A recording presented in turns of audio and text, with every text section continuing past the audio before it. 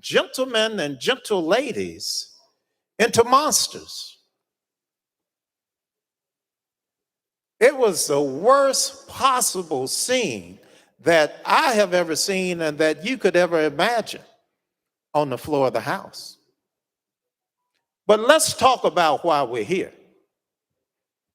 We're here because 3 9-year-olds and 3 adults were murdered at school, which should be one of the safest places that you could be in your life. I can't imagine the trauma that these young folks will have to live with for the rest of their lives. I can't imagine the trauma that their parents will have to experience every time they leave the house going to where? School. And it's something that we could have acted on last session, session before that, the session before that, and we chose not to. These young folks came in, refused to be a prisoner of procrastination, and demanded justice. That's why we're here.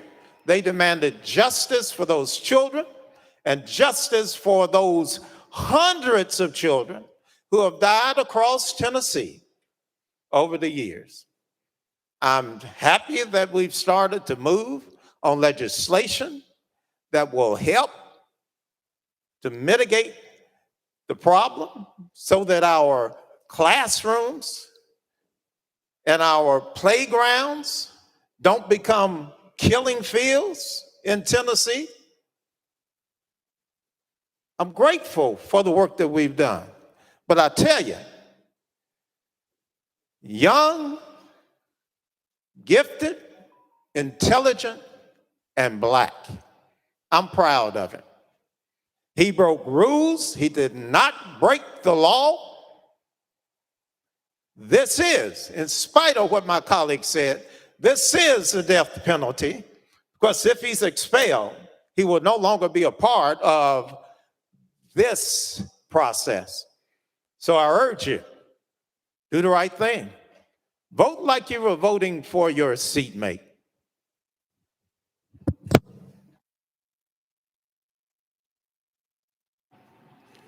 Representative, thank you. Representative Gant, you got your pass. All right.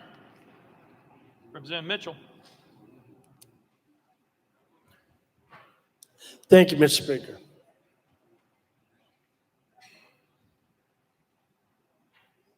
We're setting a precedent today that a lot of you in here, including myself, you better think long and hard about it.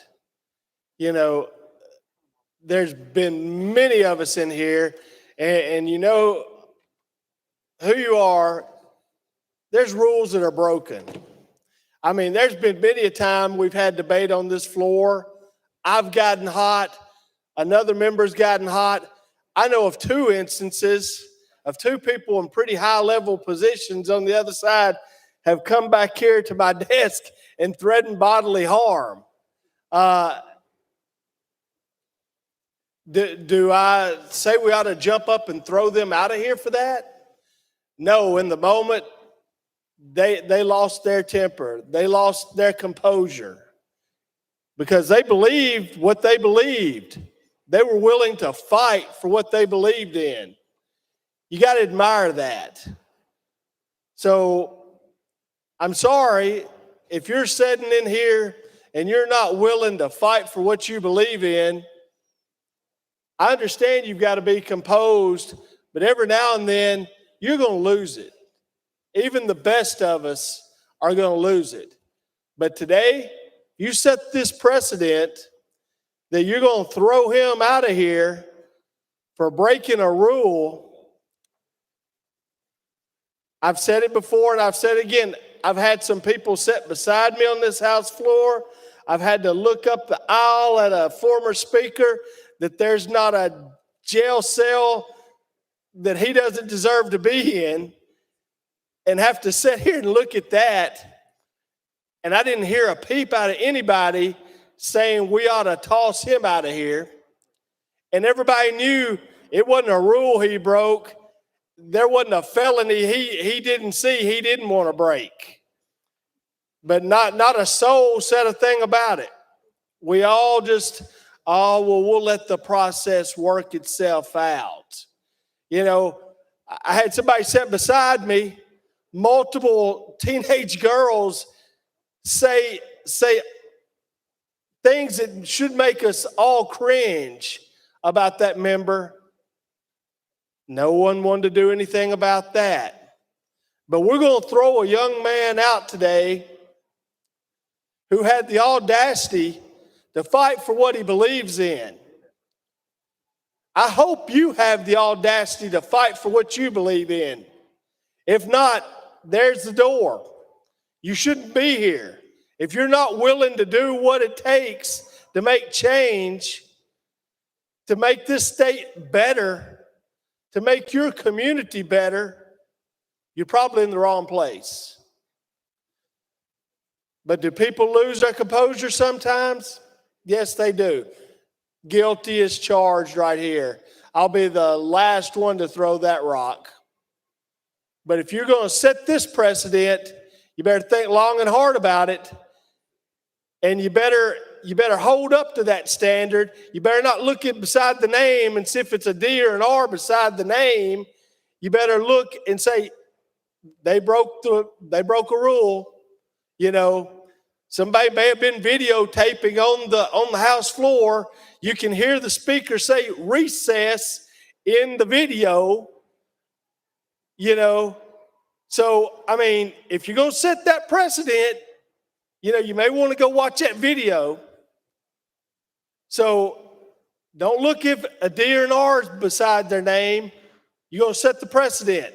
Let's live by it. Just think about that, folks. Have a little grace. And look in yourself and say, will I fight for what I believe in? Thank you.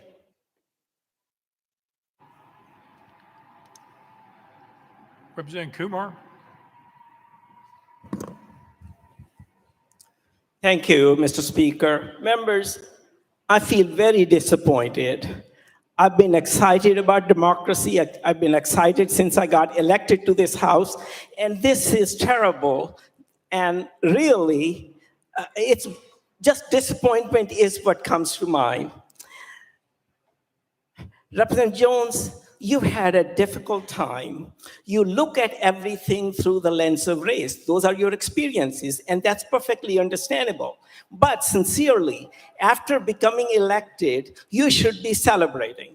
You really should be. You should join the House, become one of us, make the transformation from being a person who, yes, we've known you demonstrating a lot, mobilizing the community, but make the transformation to be a representative who represents. You claim that you have 78,000 people to represent. You claim that you have 78,000 people to represent. But sir, you have not done that. You have mainly interrupted the proceedings. You have attacked fellow representatives. You have attacked the chairman almost in all committees. That is not representing your people. That is not going to bring credit to the people that you claim to represent.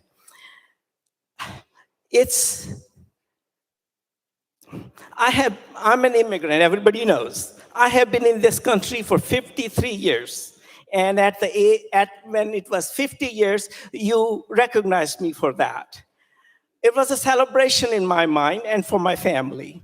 In those 53 years in America, I have never encountered a racial slur. I'm really not aware that any of that applies to me. I live a good life.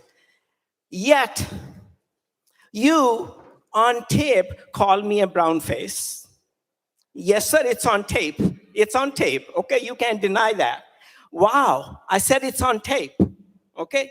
You call me that, After the committee meeting on that same day, you walked up to me. You had no business coming up to me. You were sitting a row or two ahead of me. You shoved your finger in my face and said, Kumar, they will never accept you. You said it twice, and you were so intimidating that the sergeant at arms, without my invitation, came and intervened between us. Sir, that is very disappointing. You did that. I was there. Hang on, Chairman Clemens, you have a question? Point of order, Mr. Speaker. Thank you very much. He's talking about things that aren't the subject of the resolution. Well, I don't know that he's even telling the truth, but he's definitely not talking about anything that's subject of the resolution. Well, The Mr. events that took place on this floor. Chairman Clemens, I'd be careful about the language that you use because that would impugn his reputation, which we had conversations about a few weeks ago. So I would be careful. You didn't go there, so I appreciate that. We have given latitude to the representative in the well who's made many accusations against me and other members of this House.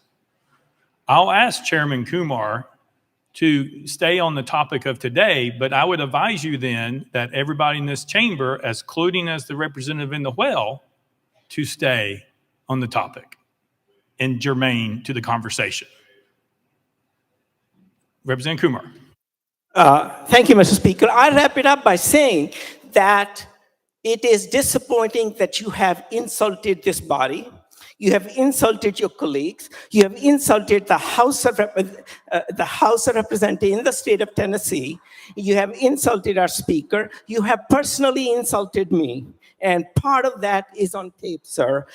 I implore you that let us take it from here, whether you are expelled or not, but please, come on, you are a talented young man. You have a lot to offer, but offer it in a way that people are accepting of your ideas.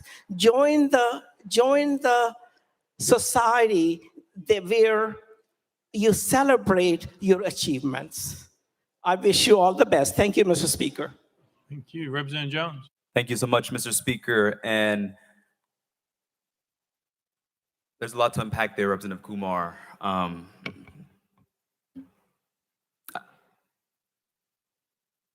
don't even know where to start, to be honest. I mean,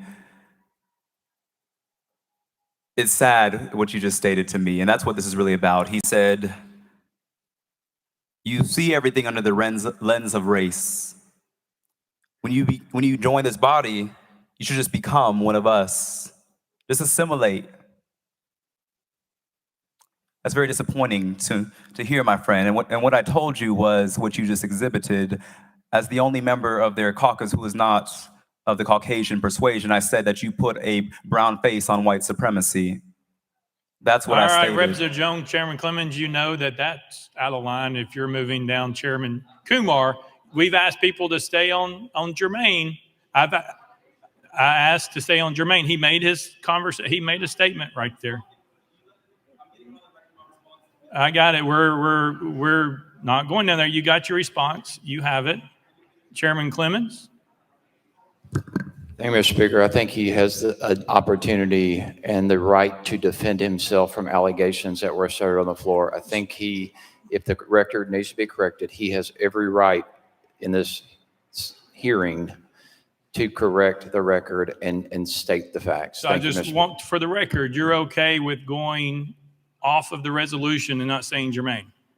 Because I ruled him out of order and made him go to a different direction based on your point of order. Chairman Clemens? I appreciate that, Mr. Speaker. Of course, he continued to speak. And once the toothpaste comes out of the tube on an allegation like that, I think it's right to correct the record, if only briefly. And I know my colleague will stay on the resolution from here on. But I think those types of allegations deserve a response. Thank you. Representative Jones. Thank you, Mr. Speaker. And continuing in response to Representative Kumar's egregious statements, he stated that he has never heard a racial slur. I heard one in this body not too long ago when Representative Sherrill recommended that we should bring back lynching in this body. And so I'll move on. the statement and recommendation of Representative Kumar was that I would not be up for expulsion if I just assimilated, if I just conformed, if I just confined myself, as he has done, to be accepted by this body. He said that you attack chairman. Let's unpack that. Me asserting the voice of my district is what he is referring to. Me ensuring that the rules are followed in committee and raising points of order and points of parliamentary inquiry when the chairman acts against the rules is what he is talking about. Me asserting the voice of the 78,000 people of District 52 to him is an attack. To me is upholding my responsibility as a legislator. And so no, I did not come in this body expecting to be accepted by this side of the aisle. I came here to serve the people of District 52 and to do good work and to force conversations that we have to have in this body.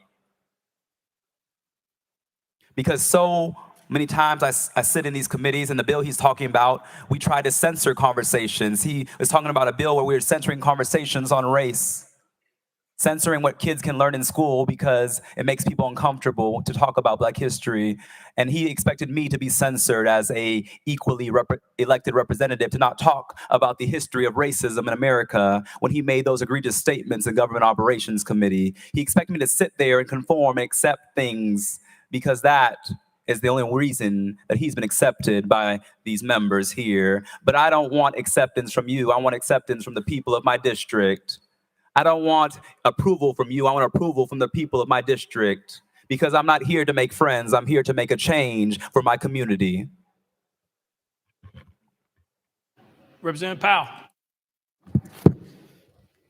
Thank you, Mr. Speaker. Colleagues, Representative Jones represents the 52nd district, and I represent the 53rd district. So our districts touch. We represent a lot of the same communities. We represent a lot of the same polling locations. And the voters of his district knew and know the type of person that Justin Jones is. Representative, you never hid the fact from the voters of your district that you're an activist, that you have been arrested. You never hid that. They knew that. Is that correct? Representative Jones. That's correct. In fact, Chairman Faison recently said, wasn't your slogan from the jailhouse to the State House when he introduced me to a member of Congress who was visiting a couple weeks ago? I never hid who I was and talked about the history and necessity for good trouble in this body. Representative Powell. Members, I was with Representative Jones the day he was elected. I was at the polling location with him. I helped him pick up signs, his signs, after the polls closed. I was there when the vote tally sheet was put up on the wall that showed that he had won his election. The people of Tennessee, each one of us, we represent different districts and different communities. We bring our experiences up here. That is what's wonderful about a representative democracy. And the people of District 52 knew and they know who Representative Jones is. And I have all the confidence in the world that they believe his message and everything that he's done to fight for his community. Members, I said this, and I'll say it again. I was in a third grade class the day of the shooting, reading down the street from this school to my son's class, full of third graders. When that shooting occurred, I was concerned that that might be my child's school. I didn't know.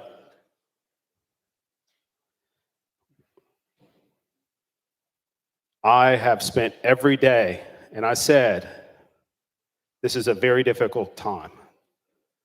But members, I don't know why we are here today debating Justin Jones breaking the House rules. And yes, he voted against the House rules. I voted against the House rules. I had concerns about limiting debate and cutting off debate would cause issues, and it has caused issues amongst this body.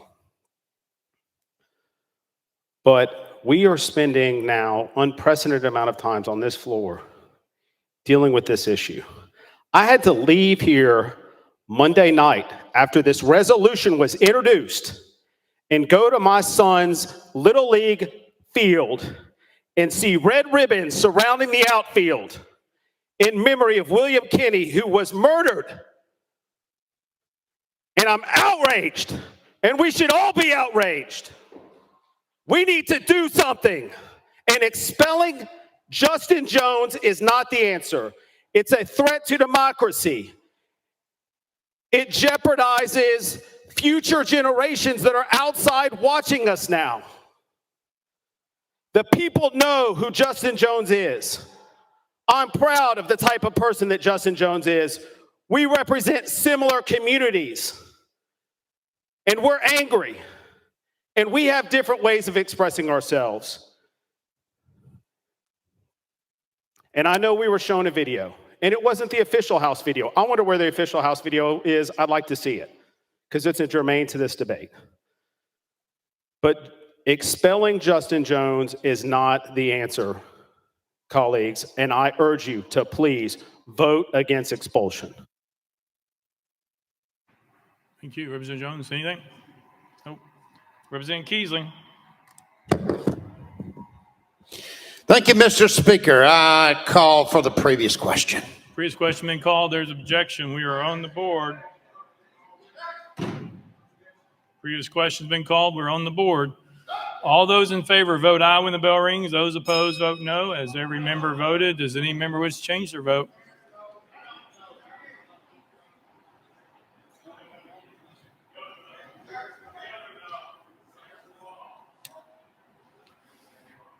Mr. Clerk, take the vote. Aye, 73, 24 nays. Previous question prevails. We are voting on House Resolution. Oh, I'm sorry. Yeah, Representative Jones, I'm sorry. You get 5 minutes to close.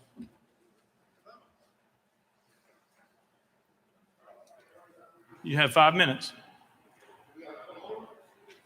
Chairman Clemens. Thank you, Mr. Speaker. We are talking about nothing less than 75 people overruling the wishes of 78,000 people. And you're going to cut off debate? Give me a break. Is this a circus? You are talking about kicking somebody out of this body.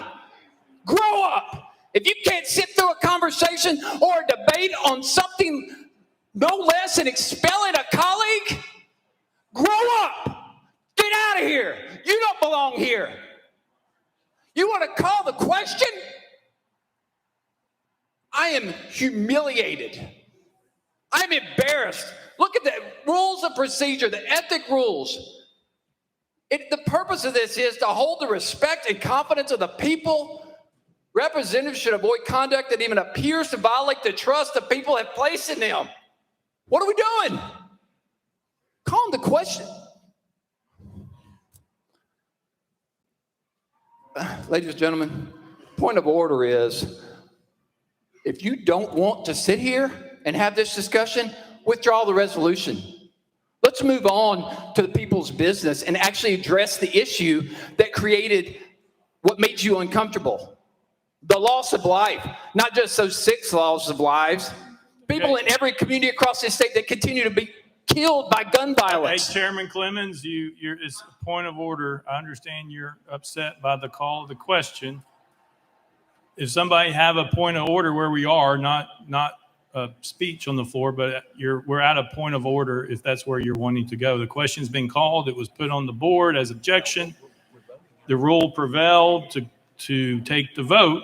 If there's a question about point of order, we'll be happy to take it. Anybody? Leader Camper? No? Representative Hakeem? Thank you, Mr. Speaker. There were a number of us who had their names on the list to speak. And I think it would be totally disrespectful not to allow us an opportunity to make necessary comments. One of the problems that we have is that the cutting off of debate. I mean, that's what we're here for. We talk about it being messy. We're talking about getting things done. We're talking about coming to a consensus.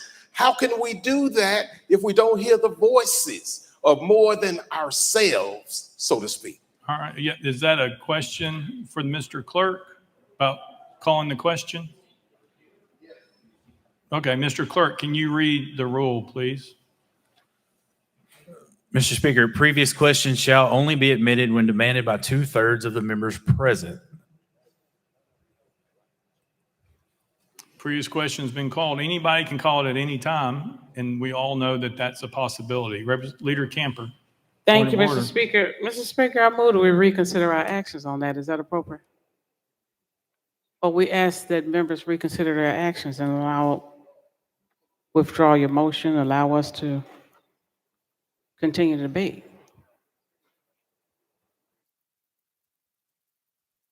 Hang on one second.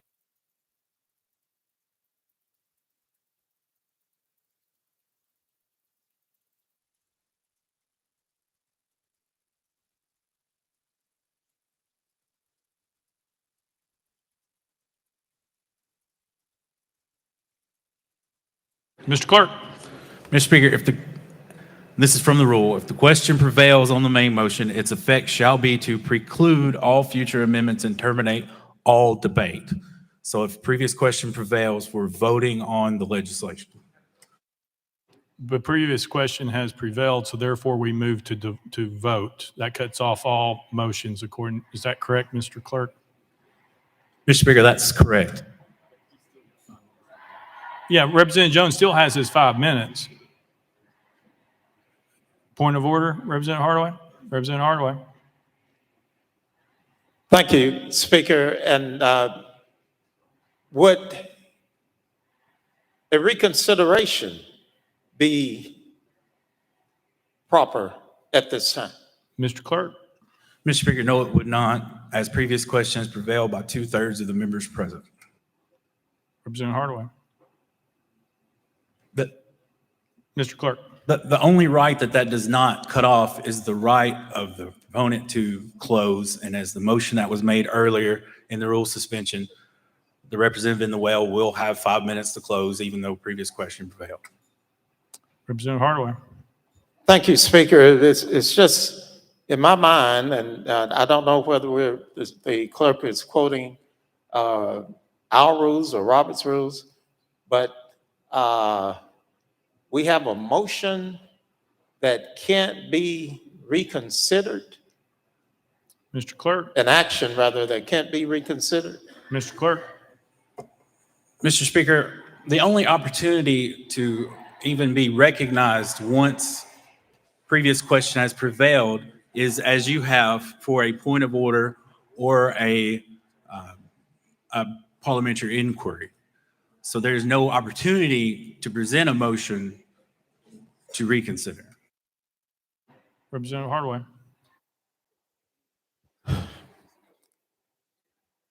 Speaker,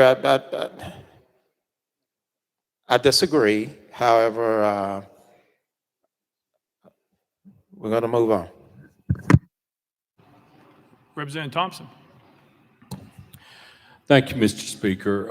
Is it possible, or is there a rule that we have to vote on each member one at a time versus waiting to the end of these hearings and vote one for all three at after that time, or is that a rule, or is that at the speaker's discretion? Mr. Clerk.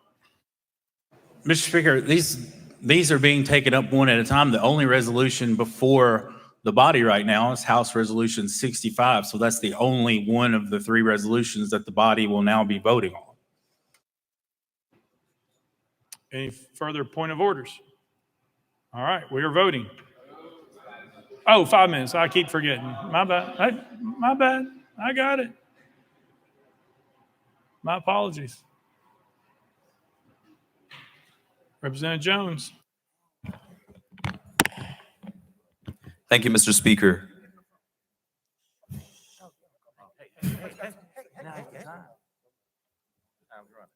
Thank you, Mr. Speaker. To my colleagues on the other side of the aisle, I want to say that you have the power, you have the votes to do what you're going to do today. But I want to let you know that when I came to this well, I was fighting for your children and grandchildren too. But to those who here will cast a vote for expulsion, I was fighting for your children too, to live free from the terror of school shootings and mass shootings. When I walked up to this well on last Thursday, I was thinking about the thousands of students who were outside demanding that we do something. In fact, many of their signs said, do something, do something, do something. That was their only ask of us, is to respond to their grief, to respond to a traumatized community. But in response to that, the first action of this body is to expel members for calling for common sense gun legislation. We were calling for a ban of assault weapons, and the response of this body is to assault democracy. This is a historic day for Tennessee, but it may mark a very dark day for Tennessee, because it will signal to the nation that there is no democracy in this state. It will signal to the nation that if it can happen here in Tennessee, it's coming to your state next. And that is why the nation is watching us, what we do here. My prayer to you is that even if you expel me, that you still act to address the crisis of mass shootings. Because if I'm expelled from here, I'll be back out there with the people every week demanding that you act.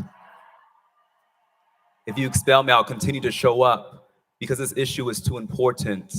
I talked to too many students and mothers in tears this week who said, thank you for doing something. And so if you expel me, I recognize that it's not just about expelling me, but it's about expelling the people. But your action will do the exact opposite. It will galvanize them to see what is happening in this state requires sustained action. And so I hope that my colleagues on the other side of the aisle, regardless of what you decide to do to me, because this is not about me, but this is about those young people who are asking us to use our position and to uphold our oath, to protest and dissent from any action or legislation that is injurious to the people. I pray that we uphold our oath on this floor because, colleagues, the world is watching. All right, we are voting on House Resolution 65. All those in favor, vote aye when the bell rings. Those opposed, vote no. Has every member voted? Does any member wish to change their vote?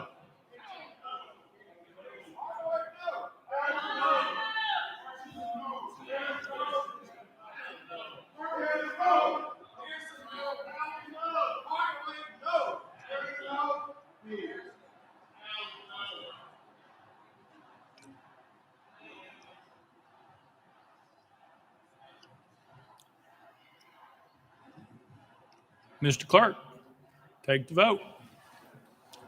Aye, 72, 25 nays. Having received the concurrence of 2/3 of the members to which the House is entitled under Constitution of the State of Tennessee, House Resolution 65 is hereby adopted. Without objection, the motion to reconsider is tabled.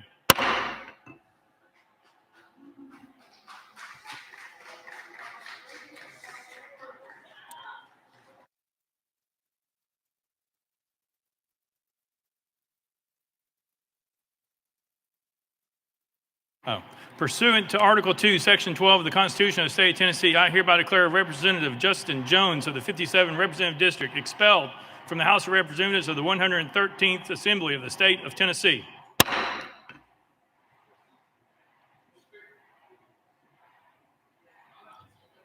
Chairman Clemens. Thank you, Mr. Speaker. I move to adjourn the House of Representatives. It's a proper motion, proper and second.